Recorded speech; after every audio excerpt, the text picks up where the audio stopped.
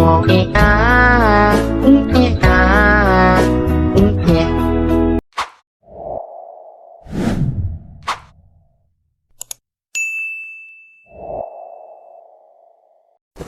Bapak ngapain sih? Bapak kenapa? Ngapain Bapak mondar-mandir dari tadi? Terus ngapain Bapak pegang korek, nyalain korek dalam gerbong nih? Bahaya, Pak. Hai, wassalamualaikum warahmatullahi wabarakatuh. Terima kasih sudah klik video ini.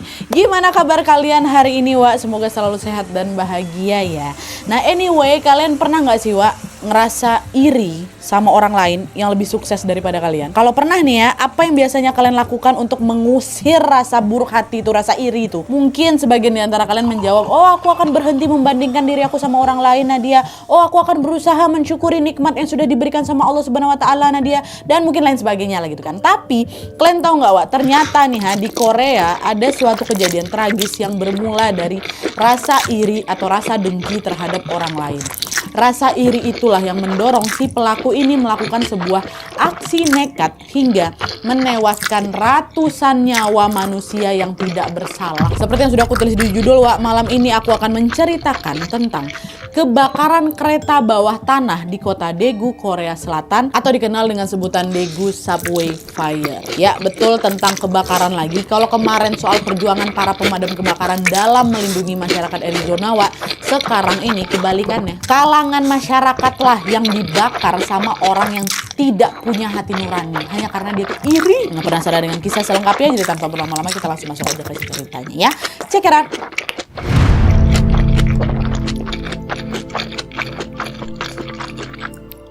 Oke, Wak, sebelum masuk ke kronologi kejadiannya, aku mau jelasin sedikit tentang tempat kejadiannya, yaitu Daegu ya.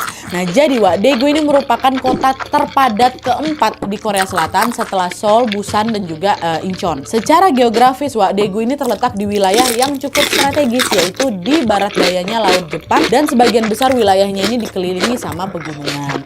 Nah, sejak tahun 1960-an, Wak, pemerintah Korea menjadikan Daegu ini sebagai salah satu daerah industri, dan di kota itu mereka membangun berbagai macam pabrik di bidang tekstil, di bidang kimia, elektronik, dan juga teknologi. Nah, pembangunan itu tentunya membuat perekonomian Daegu pun naik drastis kan, Wak. Dan hal itu kemudian membuat masyarakat Korea Selatan dari daerah lain tertarik nih untuk pindah ke Daegu juga.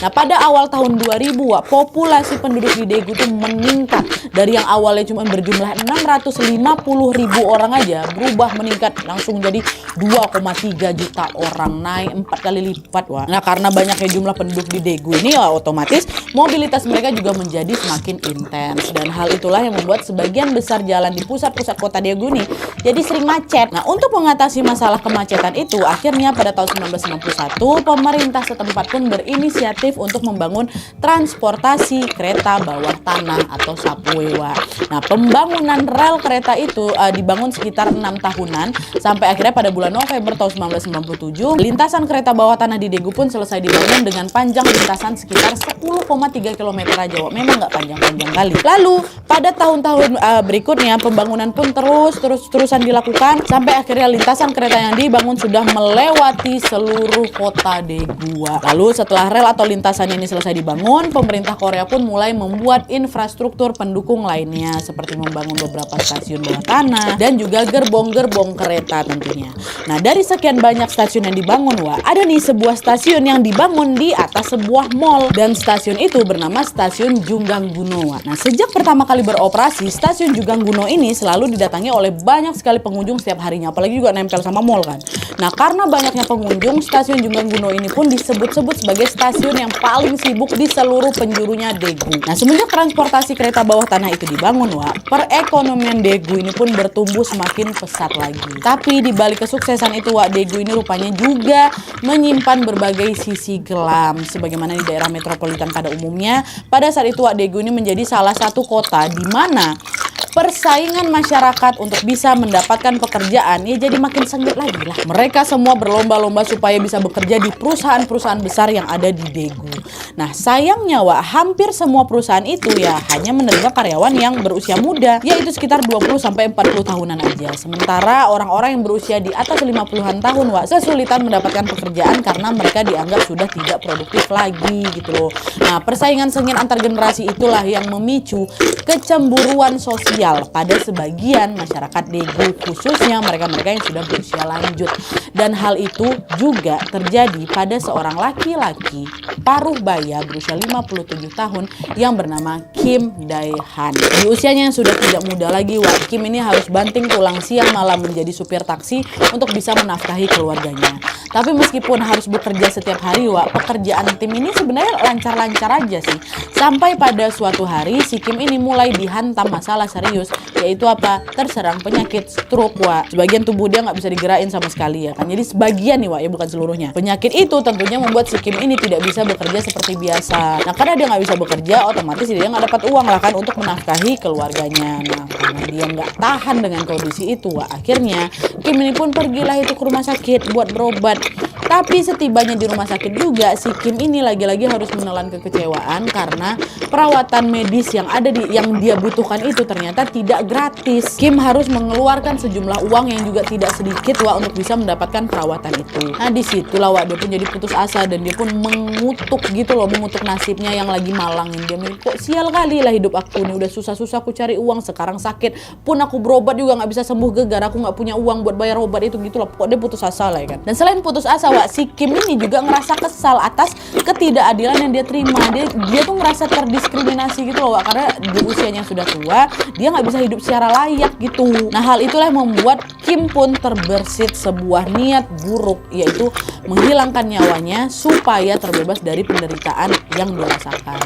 Tapi masalahnya di sini, Kim tuh nggak berniat menghilangkan nyawanya sendirian, tapi dia berniat untuk melibatkan orang lain dalam aksi nekatnya itu. Dengan kata lain, Kim ini juga ingin menghabisi nyawa orang lain, Dia kayak nggak mau lah kalau aku mati sendirian. Orang-orang Daegu ini juga harus menanggung kesulitan yang aku rasakan. Nah, dari situ Kim pun berinisiatif untuk melakukan sebuah tindakan yang sangat sadis dan juga sangat merugikan masyarakat kota Daegu. Tindakan itu juga bahkan disebut-sebut sebagai tragedi penghilangan nyawa secara massal yang paling menyedihkan dan juga paling mengerikan dalam sejarah Korea Selatan. Nah, ini baru kita masuk ke kronologi kejadiannya.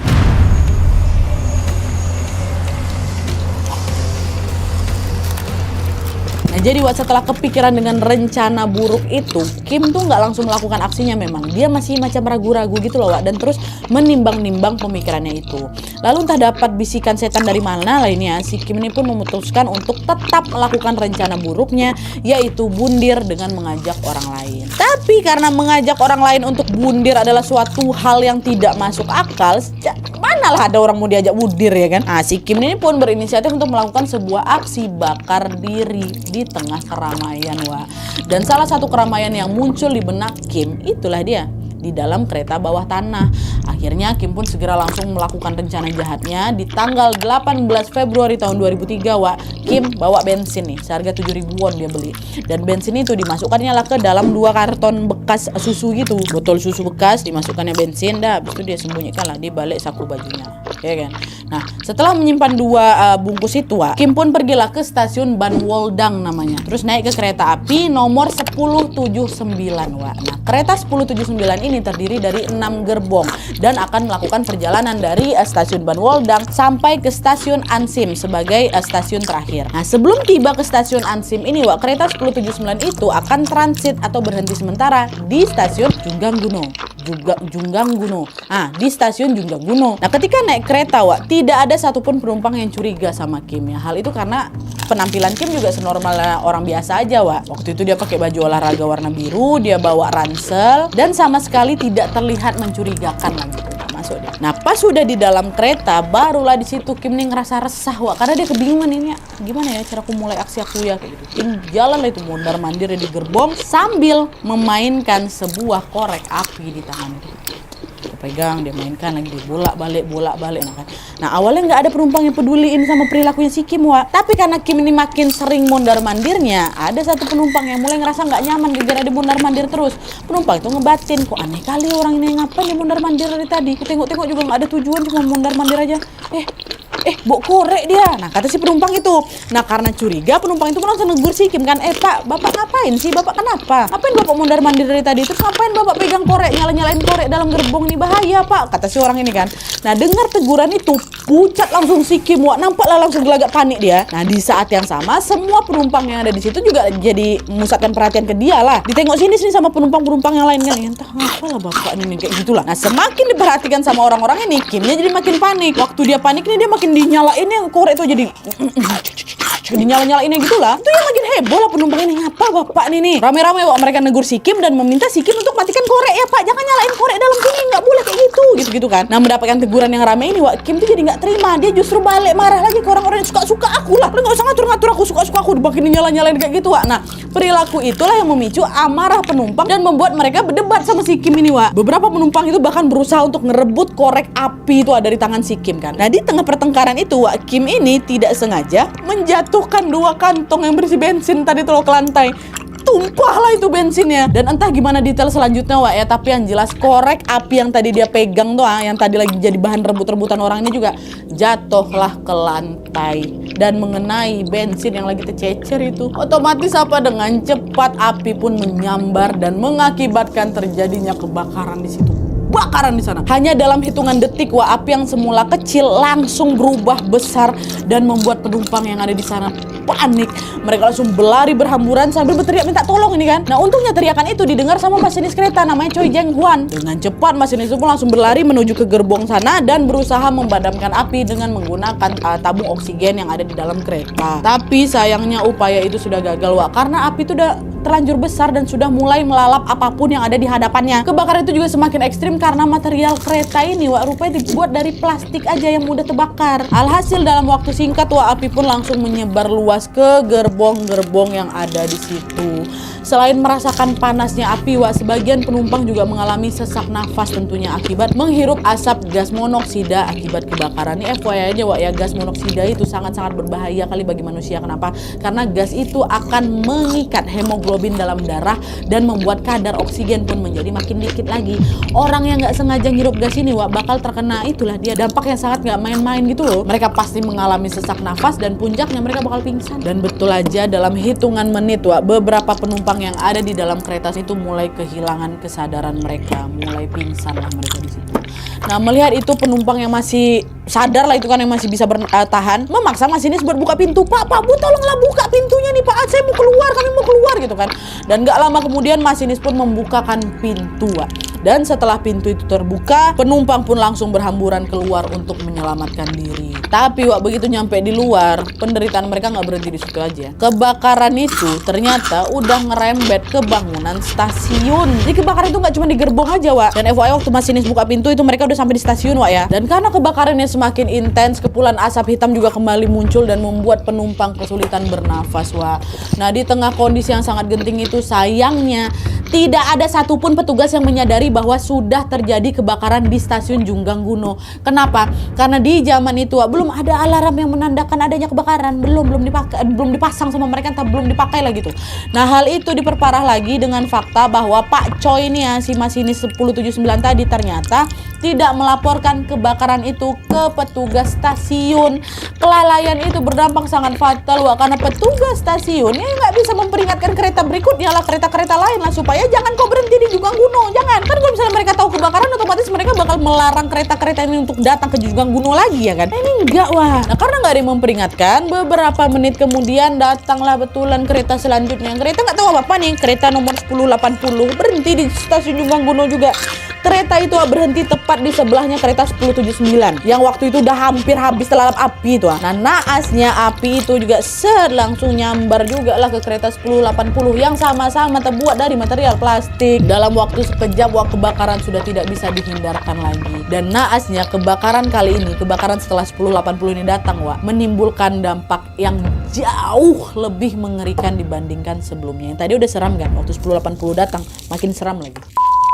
Nah, jadi pada saat kereta 1080 ini tiba di stasiun Junggangguno, Wak, masinis yang bernama Choi Sang-yeol ini sama-sama Choi ya, satu Chong Jan Hwan, yang satu lagi ini yang 1080 Choi Sang-yeol namanya. Nah, Pak Yol ini, Wak, belum tahu kalau di sana lagi ada kebakaran, kan nggak dikasih tahu. Nah, tepat setelah kereta itu berhenti di sana, barulah Pak Yol ini melihat ada api besar yang sedang melalap kereta 1079 dan juga sebagian area stasiun. Di titik ini, Wak, sebenarnya masinis si Pak Yol ini tuh pengen melajukan keretanya lagi untuk meninggalkan stasiun Junggangguno, jangan berhenti, maksudnya karena lanjut aja lagi kan.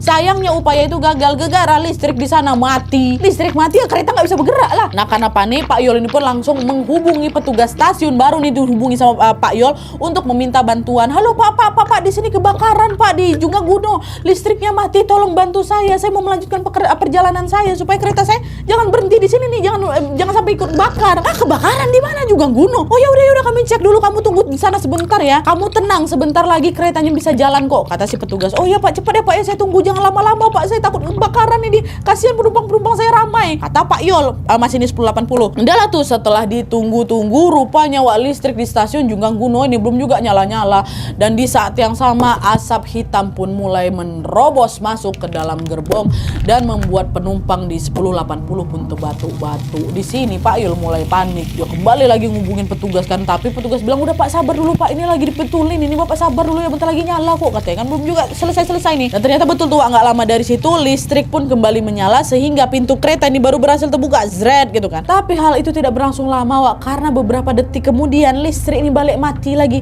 Waktu listrik mati, pintunya ketutup lagi, terus nggak lama nyala lagi, terbuka lagi, terus nggak lama ketutup lagi, kayak gitu pokoknya mati hidup kayak gitu. Nah, karena listrik di stasiun Junggangguno itu belum stabil, Wak, alhasil kereta 1080 dia nggak bisa melanjutkan perjalanan lah, stuck juga ada di situ ya kan. Dan parahnya lagi, Wak, di saat pintu kereta ini sedang terbuka kan, waktu kebuka selain mereka kabur, asap-asap yang di luar tuh yang masuk ke dalam kereta, pas itu ketutup itu ya asapnya tuh perangkap di dalam kan. Wah, itulah nggak terbatu-batu orang di dalam situ. Nah, di sini Pak Yol khawatir ya, aduh kayak mana nih, nggak bisa aku diam-diam aja di sini nih, kalau aku tetap di sini kebakar, aku nih mati aku nanti di sini nih. Dan kalian tahu apa? Entah dia dapat ide dari mana, Wak, ya, ketika pintu kereta ini dalam posisi kebuka lagi nih, waktu listrik nyala lagi, Pak Yol ini tiba-tiba berlari keluar buat nyelamatin diri dia sendiri. Kabur dia, betul-betulan kabur sendirian, Wak. Dia sama sekali nggak peduli nih sama nasib penumpang-penumpang yang di dalam tuh, enggak. Dan parahnya lagi, pada saat itu, Wak, Pak Yol ini melarikan diri dengan membawa kunci yang dipakai untuk mengendalikan pintu kereta secara otomatis. Dia bawa kunci itu. Cuman nih, sebenarnya apa yang dilakukan sama Pak Yol ini memang sesuai sama prosedur, Wak. Memang harus dibawa sama dia.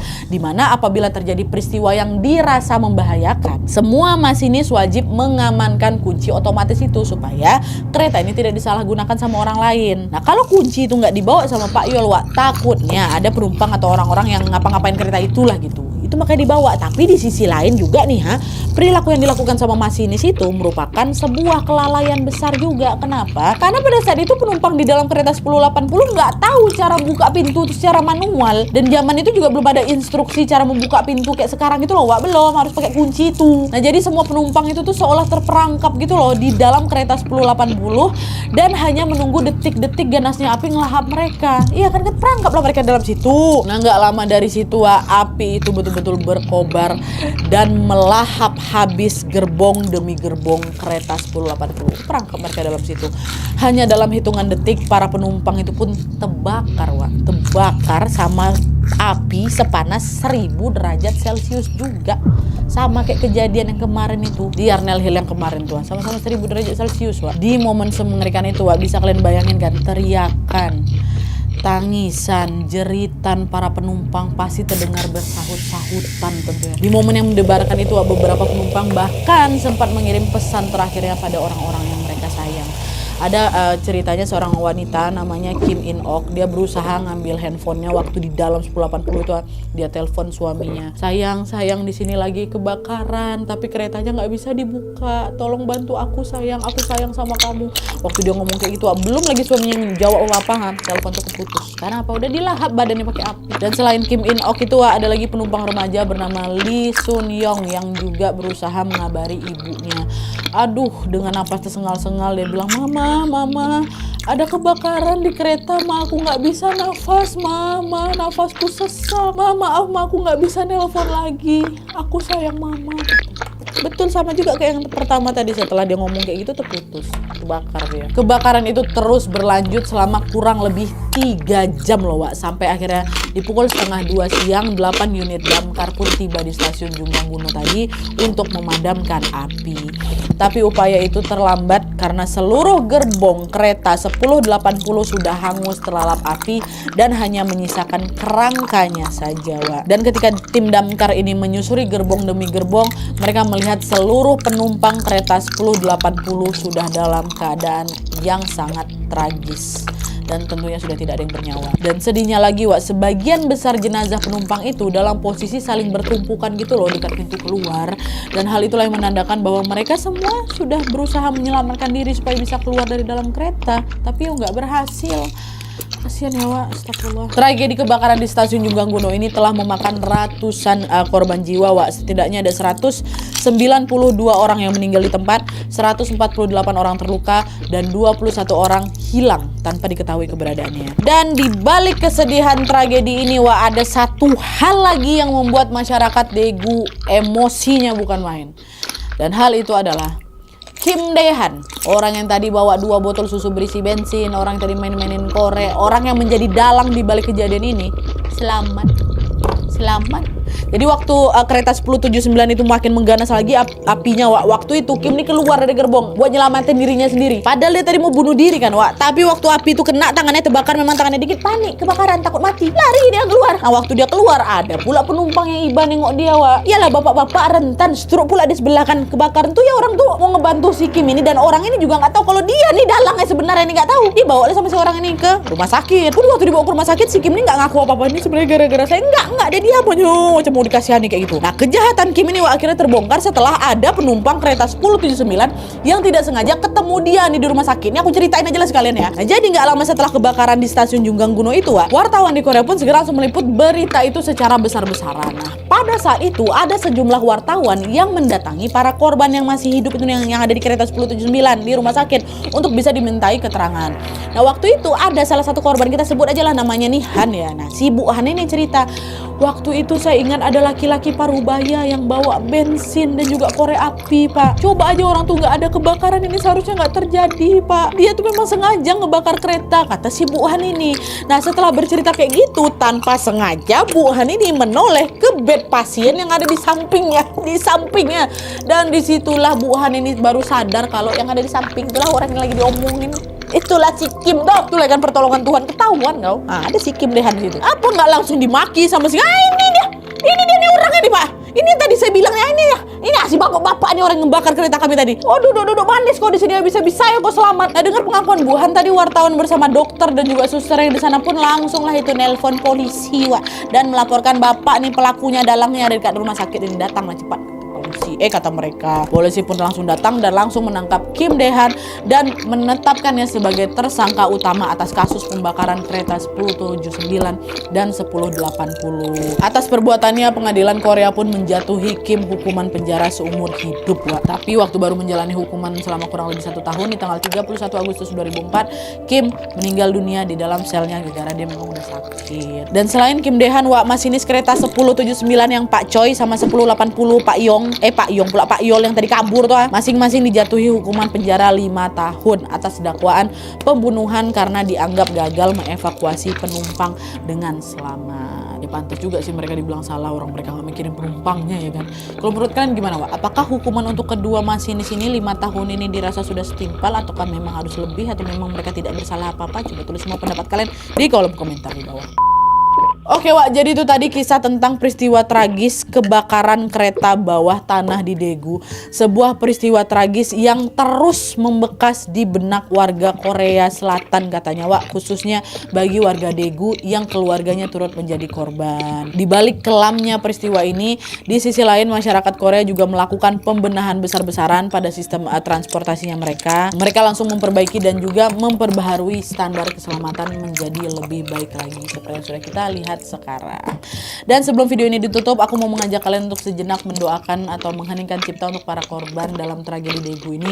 Semoga mereka mendapatkan tempat terbaik di sisi Tuhan Yang Maha Esa. Amin ya rabbal alamin. Oke, wah, jadi sekian dulu videonya. Terima kasih banyak yang sudah menonton. Kalau kalian suka video ini, klik like-nya. Jangan lupa komen di bawah ide dan saran-saran video selanjutnya. Jangan lupa nyalain notifikasinya supaya kalian tahu kalau aku upload video baru. And as always, jangan lupa untuk klik tombol subscribe supaya kalian sama-sama tahu informasi menarik yang menegangkan dari channel aku. Next video, bye.